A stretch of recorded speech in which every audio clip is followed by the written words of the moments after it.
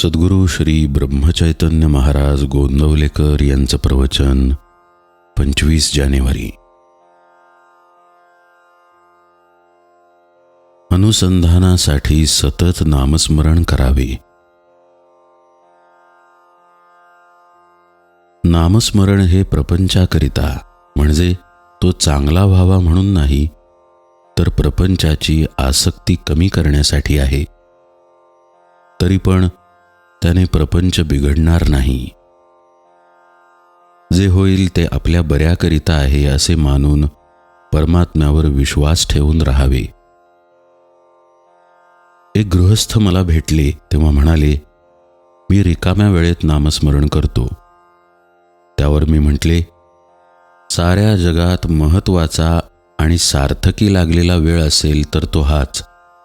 त्याला तुम्ही रिकामा वेळ कसा म्हणता? पुढे ते म्हणाले, प्रारब्धाचे भोग काही केल्या टळत नाहीत, ते भोगावेच लागतात असे सर्व संत सांगतात. हे जर खरे तर प्रारब्धाचे भोग आपण भोगत असताना त्यामध्ये भगवंताच्या स्मरणाची काय गरज आहे?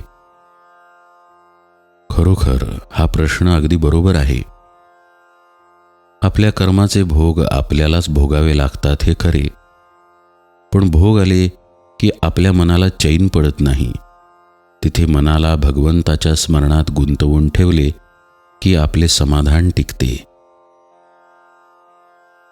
आपल्या सध्याच्या अवस्थेमध्ये भगवंताच्या इच्छेने घडायचे ते घडते असे मानणे किंवा भगवंत चांगले करील असा विश्वास ठेवून वागणे हेच सोपे जाईल.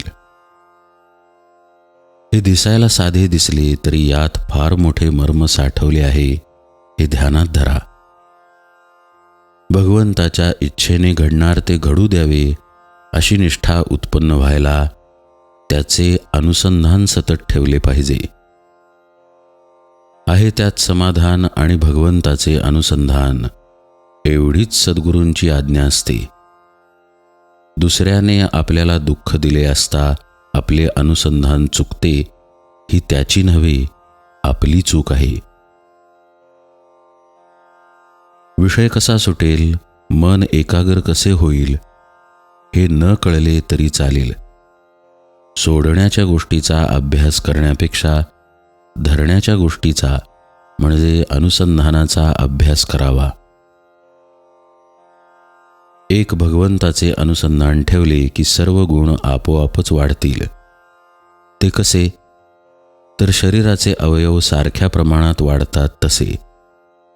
झाडाच्या मुळाला पाणी घातले की त्याच्या सर्व भागांना ते पोहोचते. तसे भगवंताचा विसर पडू न दिला तर सर्व काही बरोबर होते. अज्ञानाच्या अंधकाराने दुःख भोगत असताना तू माझे स्मरण, माझे अनुसंधान ठेव, म्हणजे तुला पुढे उजेड दिसेल. असे गीतेमध्ये प्रत्यक्ष श्रीकृष्णच अर्जुनाला सुचवित आहेत. दिवा जळायला हवा असेल तर त्यामध्ये सतत तेल घातले पाहिजे. तसे भगवंताचे अनुसंधान सारखे राहण्यासाठी त्याचे नामस्मरण आपण सतत करीत असावे. ज्याचे अनुसंधान अखंड टिकले त्याचे खाणे, पिणे, उठणे, बसणे वगैरे सर्व क्रिया भगवंताची सेवाच बनतात. भगवंताचे अनुसंधान हे आपले ध्येय. त्याला अनुसरून बाकीच्या गोष्टी आपण करूया.